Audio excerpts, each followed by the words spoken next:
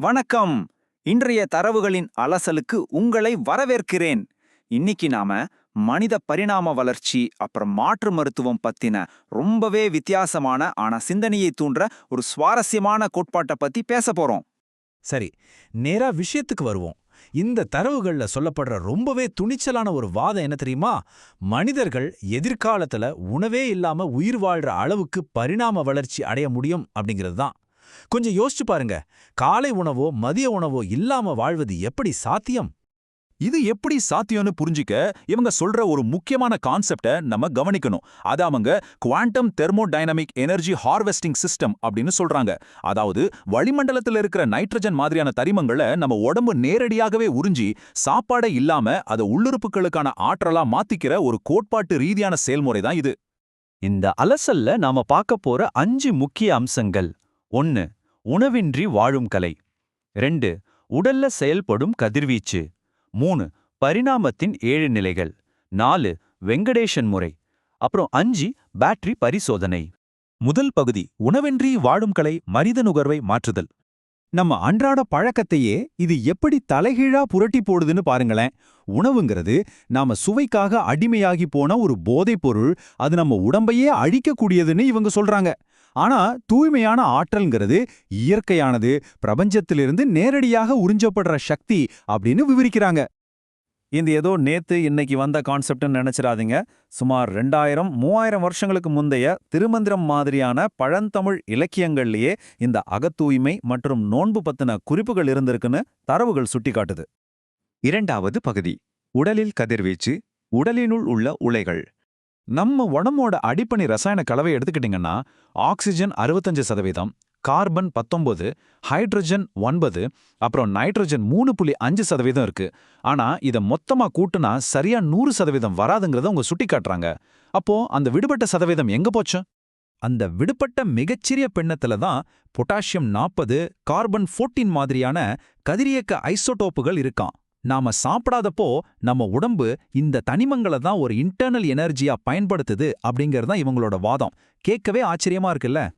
மூணாவது பகுதி, பரிணாமத்தின் 7 நிலைகள், அமீபா முதல் அமரத்துவம் வரை. இந்த காலக்கோடு பரிணாம வளர்ச்சியா காட்டுது. 450 கோடி வருஷங்களுக்கு முன்னாடி அமீபா மாதிரியான முதல்நிலை உயிரினங்கள் இனப்பெருக்கம் செய்யும்போது தாய் உடனே இறந்துடும். 4ஆம் நிலையில தேல் மாதிரியான உயிரினங்கள்ல குஞ்சுகளுக்கு தாயே உணவாகிறா. ஆனா 5ஆம் நிலையான பாலூட்டிகள் காலத்துல பெற்றோரும் குழந்தையும் உயிர் வாழ்ந்தாலும் நாம உணவோட சுவைக்கு உயிரியல் ரீதியா அடிமையாகிட்டோம்னு இந்த தரவுகள் சொல்லுது. அப்போ நம்மளோட இறுதி நிலை என்ன? 6ஆம் நிலைங்கிறது நாம தான், அதாவது தற்போதைய மனிதர்கள். ஆனா 7ஆம் நிலைங்கிறது யோக மனிதன். இவங்க உணவோட தேவையை தாண்டி இயற்கையிலிருந்து நேரடியாக எனர்ஜியை உறிஞ்சு நோயின்றி ரொம்ப காலம் ஆரோக்கியமா வாழ்வாங்கன்னு சொல்லப்படுது. 4வது பகுதி, வெங்கடேசன் முறை, ஒரு நவீன கால ஊக்கி. இந்த வெங்கடேசன் யாருன்னு பாத்தீங்கன்னா 1930களில் பிறந்த கிண்டியைச் சேர்ந்த ஒரு சிவில் இன்ஜினியர். அவருக்கு கடுமையான சர்க்கரை நோய், உடல் பருமன், மூட்டு வலின்னு பல பிரச்சனைகள் இருந்துச்சு. இதை சரி பண்ண திருக்குறள் மாதிரியான பண்டைய நூல்களை பின்பற்றி தன்னோட உணவு முறையை ஒரு முற்றிலுமா மாத்திருக்காரு. இதுல உண்மையிலேயே வியக்கத்தக்க விஷயம் என்ன தெரியுமா?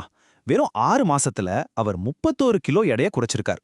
அதாவது 93 கிலோல இருந்து 62 கிலோவுக்கு வந்துட்டார். இப்படி தீவிரமா நோன்பு இருந்ததால அவரோட உடம்பு காத்துல இருக்கிற நானோ நைட்ரஜனை நேரடியாகவே உறிஞ்ச தொடங்கிடுச்சுன்னு இந்த தரவுகள் சொல்லுது. இந்த பிரம்மாண்டமான மாற்றத்துக்கு திருக்குறளோட 942வது குறள் ஒரு சான்றா காட்டப்படுது. மருந்தென வேண்டாவாம் யாக்கைக்கு அருந்தியது அற்றது போற்றியுண்ணின்.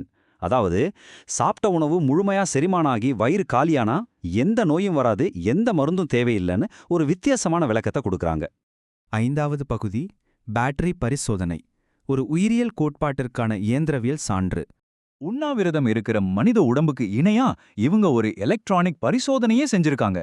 சார்ஜ் முழுவதும் தீர்ந்து வெறும் 150 மில்லி ஆம்பியரா குறைஞ்சு போன ஒரு 1.5 வோல்ட் டுராசெல் பேட்டரியை எடுத்து கதிரியக்க ஐசோடோப்களை பயன்படுத்தி பேனோ நானோ நியூக்ளியர் பிளான்ட்டா இவங்க உயிர்ப்பிச்சிருக்காங்களாம்.